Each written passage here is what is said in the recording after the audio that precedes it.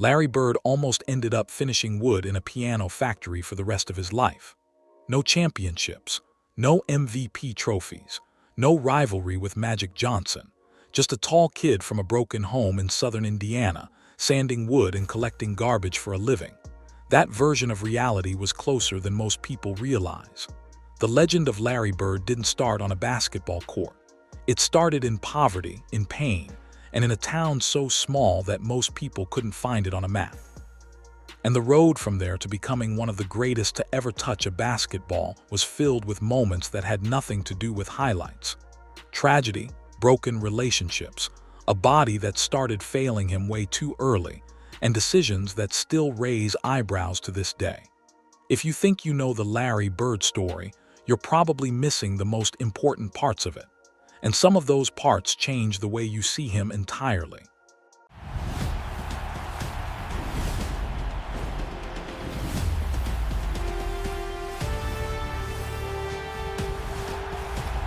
French Lick, Indiana, a tiny resort town with a population barely over 2,000. That's where Larry Joe Bird grew up, and there was nothing glamorous about it. His mother Georgia worked as a waitress, pulling in roughly $1 an hour, sometimes picking up double shifts just to keep food on the table. His father Joe was a Korean War veteran who struggled with alcoholism for most of Larry's childhood. Money was always tight. Arguments were constant. The Bird household was held together by threads, and everyone in town knew it.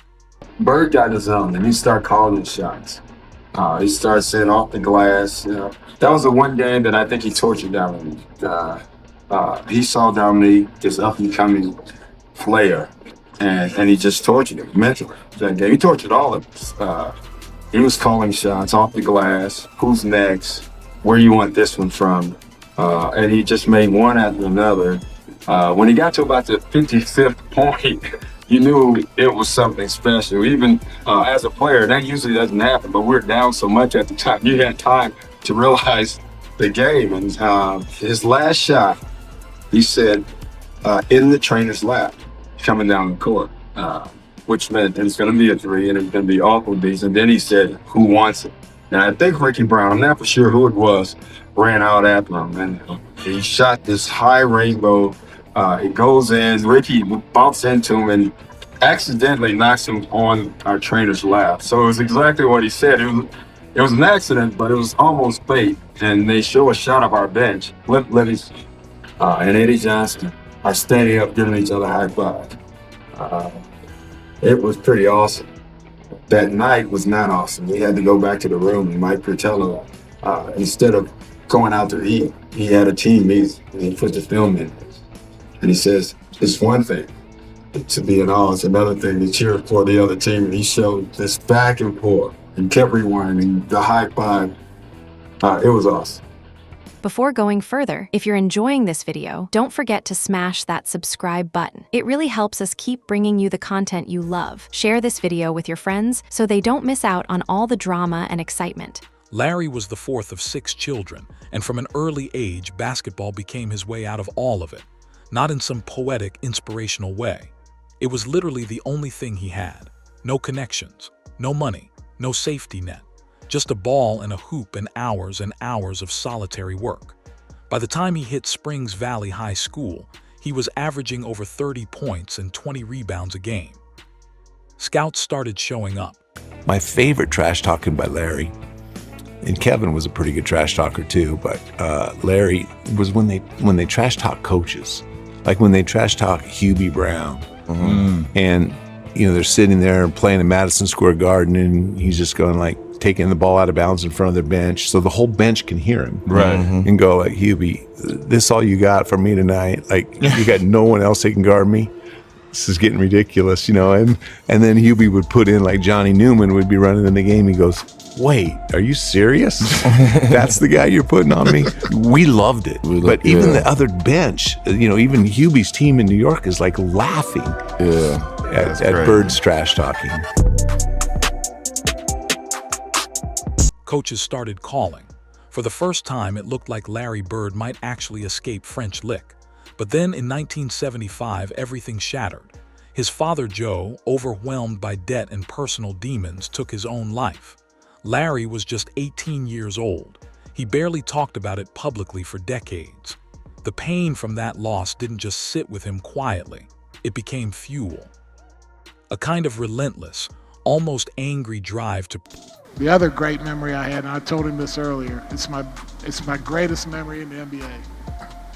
I mean, I'm playing 15 minutes a game. Ed Pinckney's playing 15 minutes a game. And we'd come into Hellenic College and we'd sit in that little nasty locker room back there. And nobody felt like practicing. I mean, you could tell that the locker room was down and everybody's in there, and it's just like, we've been 3 games in 4 nights or whatever. And Eddie Pinckney would be sitting there putting on his shoes, and Larry'd come in there and he'd have his bag over his shoulder and his gray sweats on. He'd stand over there and he'd stand right over Ed Pinckney every day, and he'd go, Ed Pinckney, I am gonna torture your ass today. And I mean, Bucky, and it was on. And then it was on. I'd start laughing, and then Chief would look over there and go, what the hell are you laughing at? I'm gonna torture your ass too. And then it was on. And nobody felt like practicing, but he'd come in and just utter those little remarks, and we'd have a great practice. Prove something, not to the world, but to himself. And that fire never went out. But what happened next almost ended the story before it even started. Bobby Knight wanted Larry Bird at Indiana University. That alone tells you how talented he was. Knight didn't recruit lightly, and landing a scholarship to play for him was supposed to be the beginning of everything. Larry showed up on... A personal one. How about Chuck Person, D? He talked trash through that whole freaking series. The Indiana series was great because... Yeah, talk about that series, D. Well, the Indiana series was great because that's when Chuck and Reggie Miller was coming up. They're like, okay, we're taking over. Like, we're the new team in the East. And Larry, again, he was, going through the back issues and trying to be healthy and was playing at a high level. And, the rifleman, he had all the, the antics and things like that. And Larry was like, listen, I'm going to tell you this. I'm the baddest man to come out of Indiana. Like, you just holding place right now. And if I win this series, you're going to have to mow my grass at the end of the series. He's like, I'm like, okay, mow grass. Like, this is kind of bet we talking about now. He's like, you're going to come to my house and mow my grass and we win this series. And I think Chuck was like, yeah, man, we ain't losing this series. We won the series. So I don't know if he paid his dues and came and mowed the grass. But him and Chuck would go at it. It was unbelievable.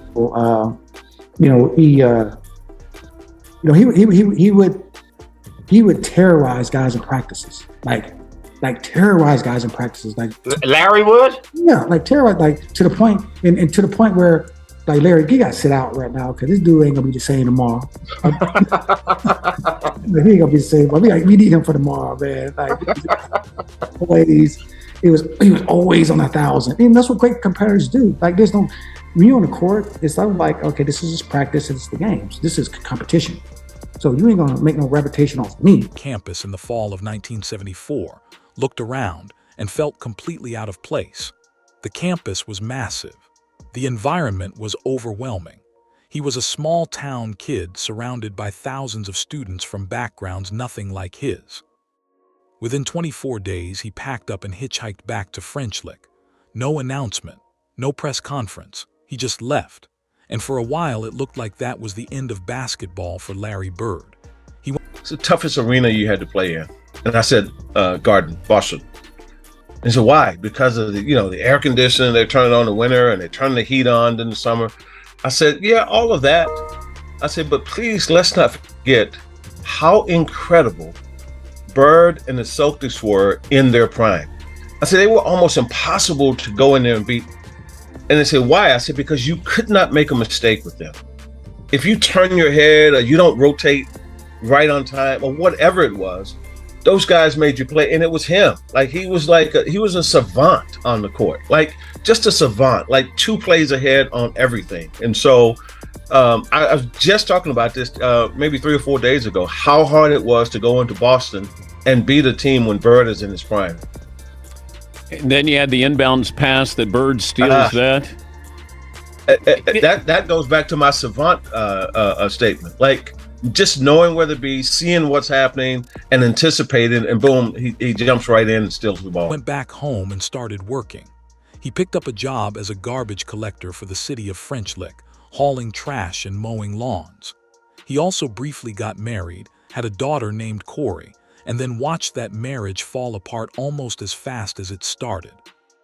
At this point, Larry Bird wasn't a future Hall of Famer. He was a college dropout with a broken family, doing manual labor in the same small town he'd been trying to escape. Then Bill Hodges, an assistant coach at Indiana State, convinced him to give college. X-Man told a story on Tim Thomas and School Beats podcast about Larry Bird talking shit to you, saying, I'm the best motherfucker from Indiana, put a 3 under my balls. That's true? It is very true, man. Larry, hey, man, first of all, we got to Boston that night. He had some knee pain. I was like, it's a hell of a time for you to come up with a knee pain. I ain't going tonight. You got it. Yeah, you don't want to see that. Yeah, then I look at the boy, Sean Kemp, Larry Bird, and I'm like, so, I look in the mirror, I'm like, well, shit, man, I'm about to get this motherfucker fits out here tonight. So before the game, I was over there rubbing my hands looking at him like, I'm about to get your ass, man. What year was this for you? This was my first year. Oh, okay. And that day, that morning they came out with a USA Today article, and they said that Larry didn't have it no more. So he came out that night to make a statement, and I was just the prime candidate to be. Yeah. Before the game, he told me, he was like, he just shook his head at me. He said, man, it's going to be a fucked up night for you. So what did he put up? I think he gave me 46 and 3. What'd you do?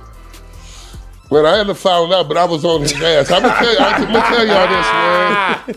I'm gonna tell you this, man. I was on. He was actually calling out bank shots. He would say, next time, bank shot left side. I'm gonna pump fake you. Your dumb ass gonna go for it. One more shot, not at a powerhouse program, at a smaller school in Terre Haute where the pressure might not crush him. Larry agreed. And that single decision changed the entire trajectory of basketball history. Because what Larry Bird did at Indiana State was something nobody saw coming. And it started a rivalry that would define an entire generation of the sport.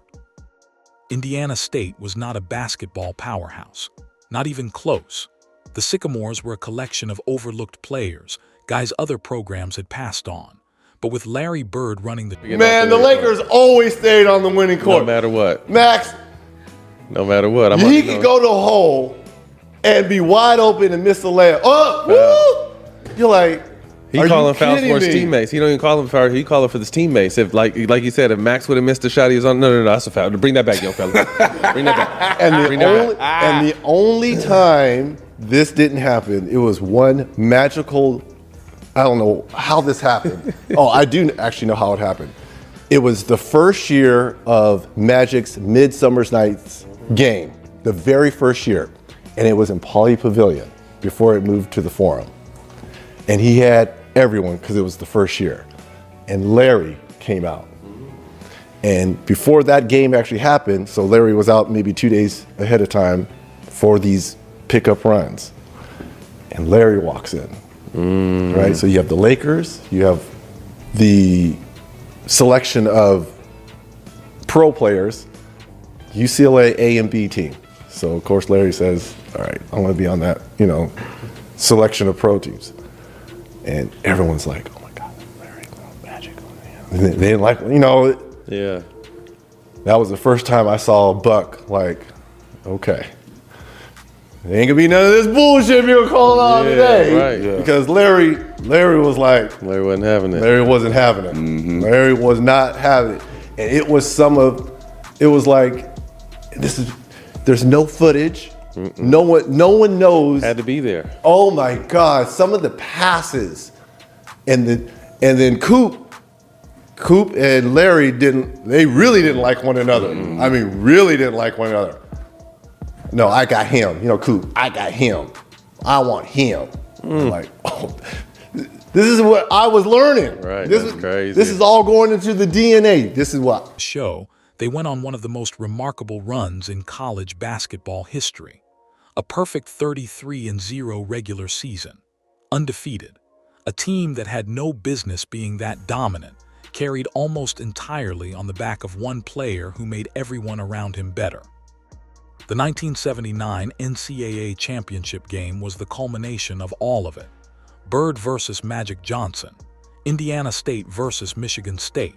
It became the most watched college basketball game in history, and it's still considered the moment that saved the sport's popularity. I heard Larry would tell you straight up, hey, it's 5 seconds on the clock. I'm going to be in that left corner. DJ is going to pass the ball to me. They're going to get it to me. I'm going to bust your ass and we're going to win. Is that the truth? Yeah, I didn't get to play with Larry Bird, but I heard all the dope stories, and his reputation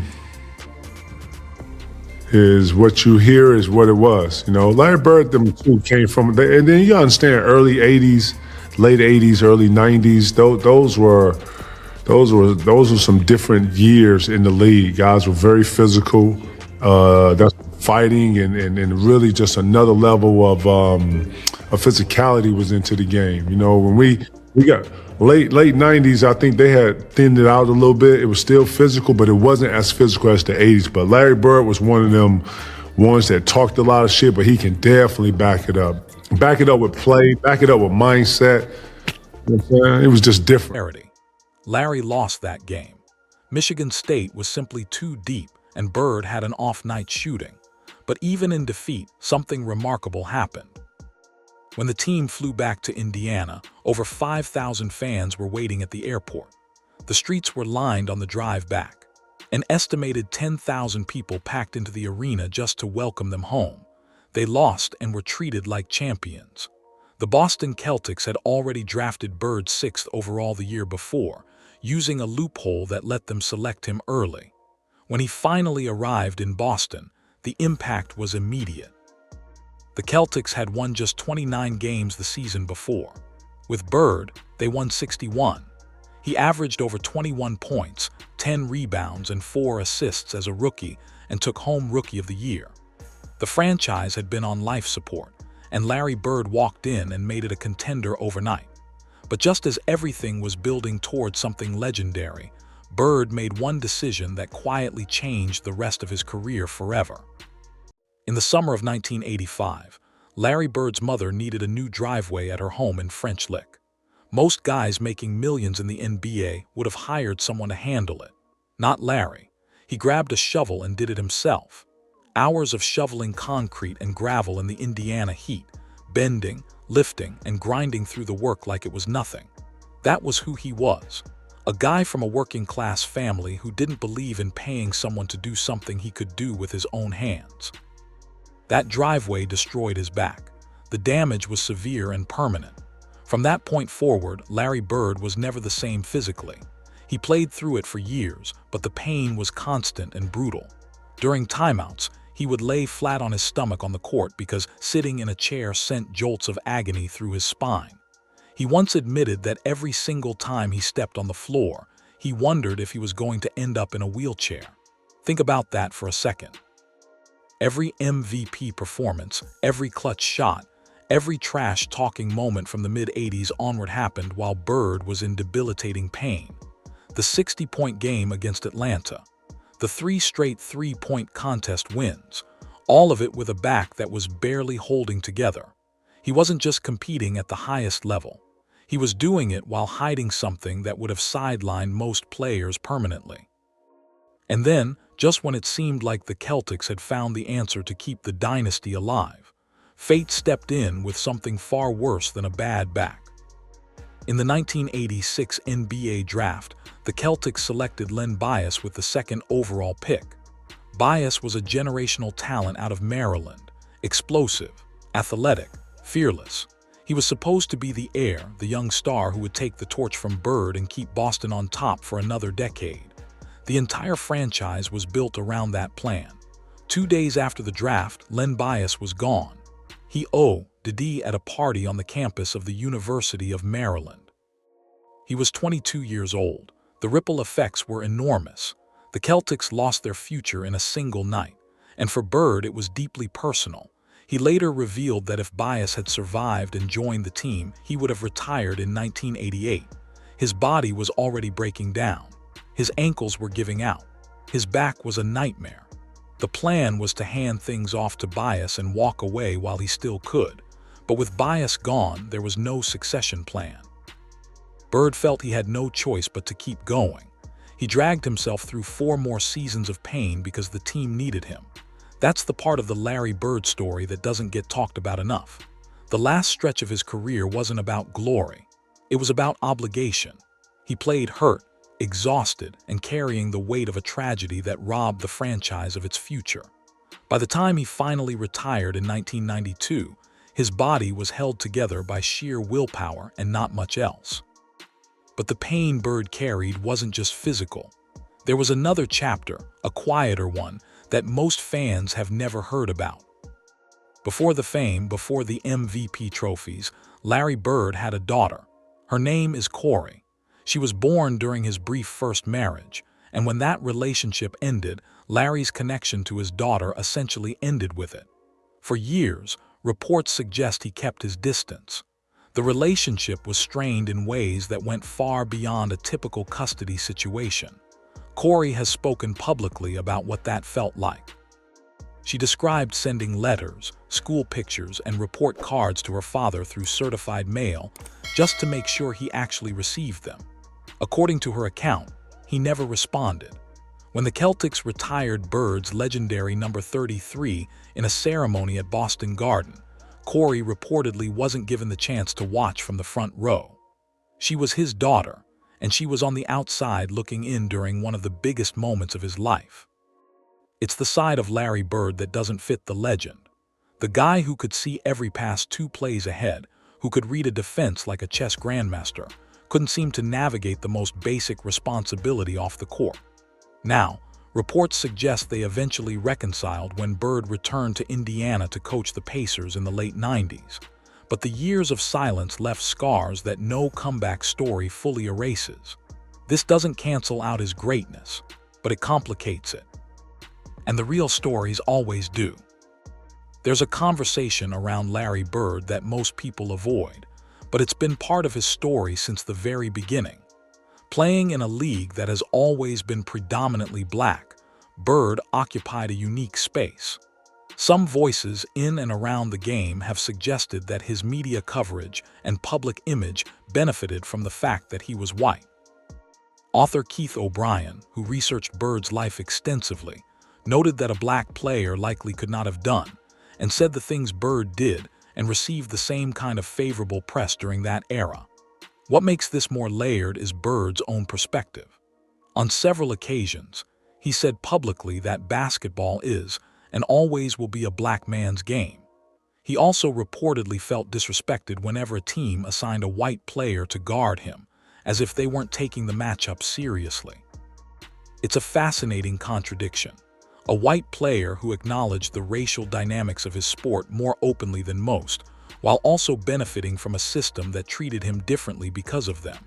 This isn't about tearing anyone down. It's about understanding the full picture.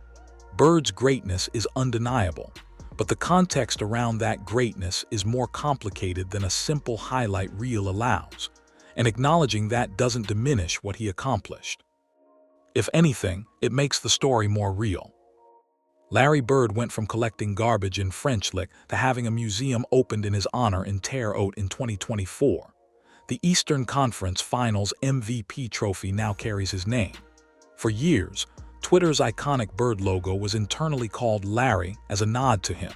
3 championships, 3 MVPs, 12 All-Star selections, Coach of the Year with 0 previous coaching experience. A legacy so large it touches corners of culture that have nothing to do with basketball. But here's what sticks with you when you pull all these threads together. Every single piece of it almost didn't happen. One bad day at Indiana University and he's back sanding wood. One more year of collecting trash and maybe he never picks up a ball again. One driveway project and his body is never the same. One tragedy in the draft and the last act of his career becomes a story about survival instead of dominance. Larry Bird's legend isn't just about talent. It's about a series of moments, some beautiful, some painful, some deeply flawed, that all had to land in exactly the right order for any of this to exist. That's what makes him more than a basketball player. He's a reminder that greatness doesn't come from perfection. It comes from continuing to show up when everything around you is falling apart. And no stat line will ever capture that.